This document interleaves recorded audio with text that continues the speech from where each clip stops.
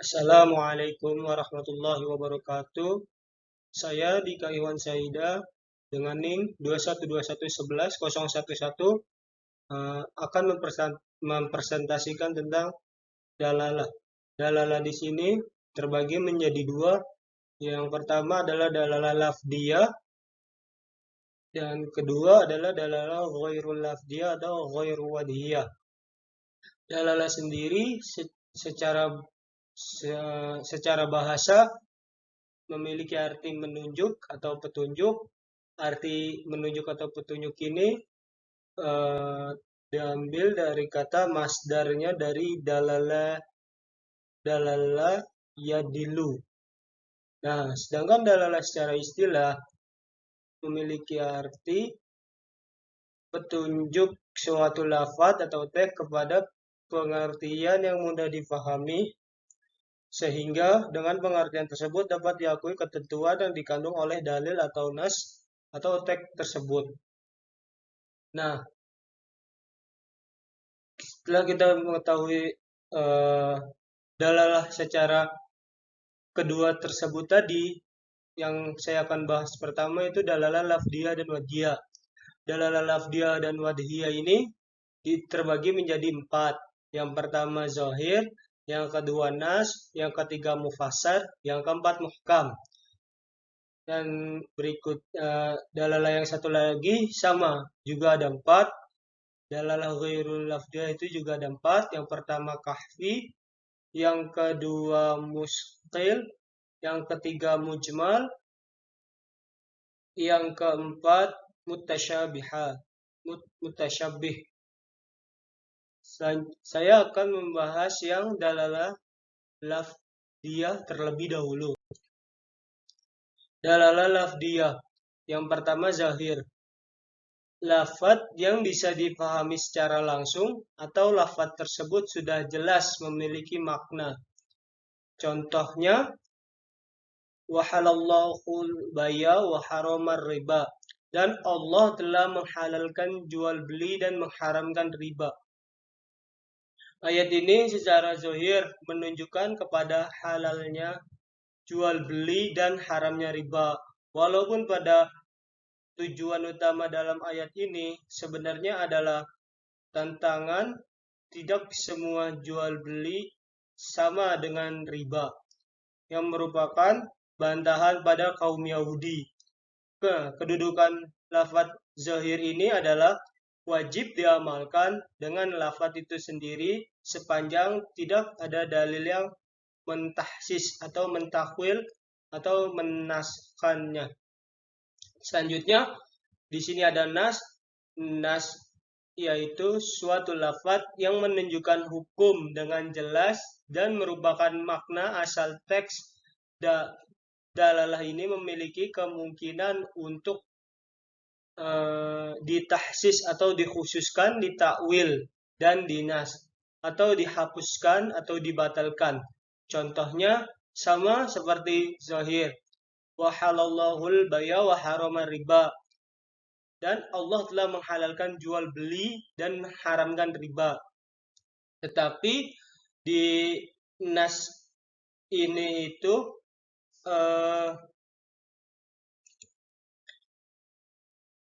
nah, secara zahir tadi ayat itu menunjukkan pada halalnya jual beli dan haramnya riba. Tetapi makna ini bukan maksud utama dari ayat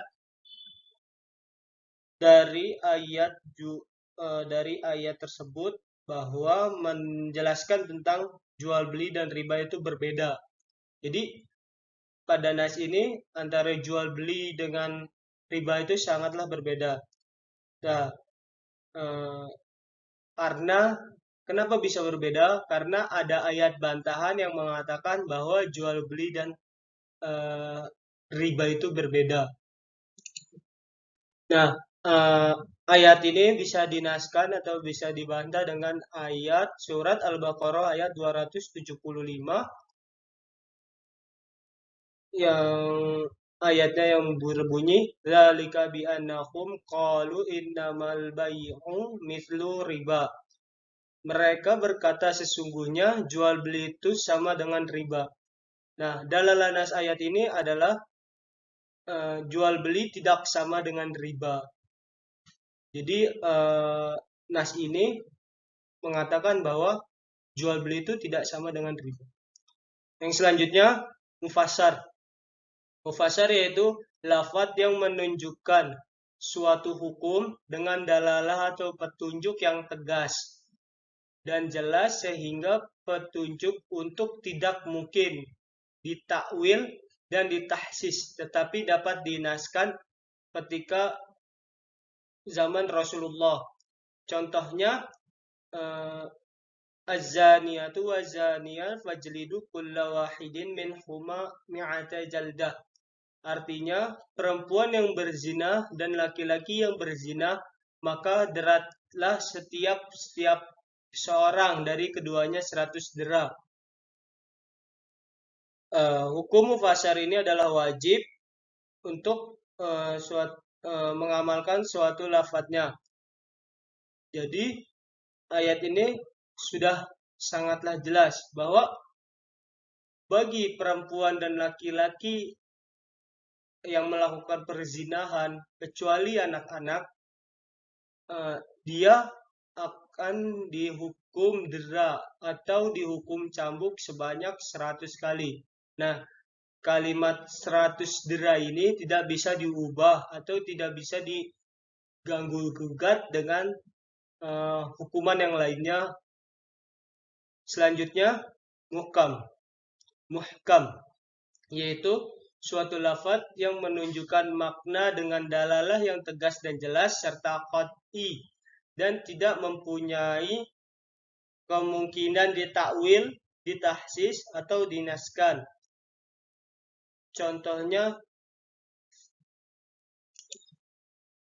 Contohnya fa'alamu annahu la ilaha illallah. Artinya maka ketahui bahwa sesungguhnya tidak ada Tuhan selain Allah. Muhkam ini menduduki posisi tertinggi dalam kejelasan antara derajat-derajat kejelasan lafaz yang di atas tadi, yang ketika kita tadi kita bahas, muhkam ini lebih posisinya derajatnya lebih tinggi. Selanjutnya kita akan membahas tentang dalalah ghairul lafdiyah atau ghairu wadhiyah. Yang pertama kahfi atau yaitu lafaz yang dari segi penunjuknya kepada makna yang jelas namun tidak kejelasannya muncul ketika menerapkan makna tersebut kepada kasus tertentu. Contohnya wasyariku wasyarikatu aidiyahuma. Laki-laki yang mencuri dan perempuan yang mencuri, potonglah tangan-tangan mereka.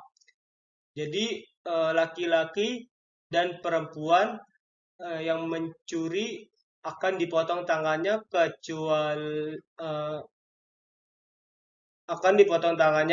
tetapi makna ini tidak bisa disamakan dengan seperti orang-orang yang mencopet. Nah, ayat ini tidak bisa disamakan dengan yang namanya dengan penjamret atau pencopet. Selanjutnya yaitu muskil. Lafaz yang dari penunjukan maknanya terdapat ketidakjelasan sehingga muncul beberapa perbedaan pendapat dalam memahami lafaz tersebut. Contohnya wal mutallaqatu yatarabasna bi anfusihin salasal quru. Dan artinya wanita-wanita yang ditalak hendak menahan diri atau menunggu 3 kali quru. Maksudnya wanita-wanita yang ditalak menunggu masa idah atau masa suci dalam keadaan 3 kali bersuci. Nah, dari contoh ayat ini ada menurut ulama Hanafiyah quru diartikan dengan masa haid Dan menurut ulama Syafi'iyah, quru diartikan dengan masa suci. Selanjutnya, yang ketiga, yaitu mujmal, yaitu lafaz yang mengandung makna secara global di mana kejelasan maksud dan ciri rinciannya tidak dapat diketahui jika hanya dengan maqal itu sendiri. Kejelasan tersebut hanya dapat dijelaskan dari sunnah-sunnah yang diajarkan oleh Nabi Muhammad SAW.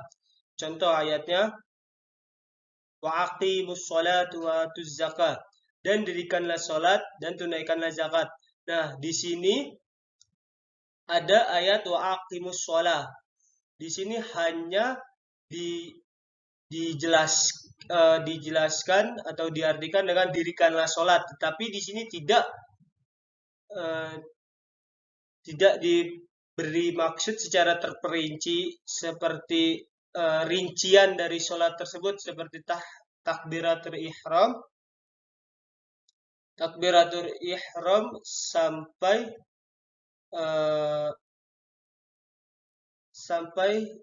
akhir sholat, yaitu tahiyat akhir. Sini tidak dijelaskan secara terperinci. Dan sama seperti sini, wa'atuz zakat. Wa'atuz zakat tersebut di sini secara global. Jadi ayat aqimus shalah wa'atuz zakat ini hanya secara global, tetapi tidak dijelaskan secara terperinci. Ya, zakat di sini tidak dijelaskan seperti cara kita menunaikan zakat, seperti kayak kita menyalurkan zakat itu kemana, terus bagaimana cara kita menerima zakat, ya ke siapa saja kita menerima zakat itu, menyalurkan zakat tersebut. Nah, di ayat ini tuh tidak dijelaskan. Selanjutnya, mutasyabihat. Mutasyabihat yaitu lafaz yang tidak menunjukkan kejelasan makna dan tidak ada pula yang menjelaskannya. Contohnya seperti alif lam mim yasin, alif lam mim shad. Nah, dari sini ada yang mengatakan ada makna tetapi sebagian besar. Jadi ada yang mengatakan ini memiliki makna, tetapi banyak sebagian besar mengatakan bahwa ayat ini adalah ayat-ayat mutasyabihat. Ayat-ayat yang tidak jelas maknanya menunjukkan lafaz ini terhadap makna menjadi paling tidak jelas di antara 4 dilalah, dilalah ghairul lafdiyah dan dilalah ghairu wadhiyah. Sekian presentasi dari saya. Kurang lebihnya mohon maaf. Billahi taufiq wal hidayah. Wassalamualaikum warahmatullahi wabarakatuh.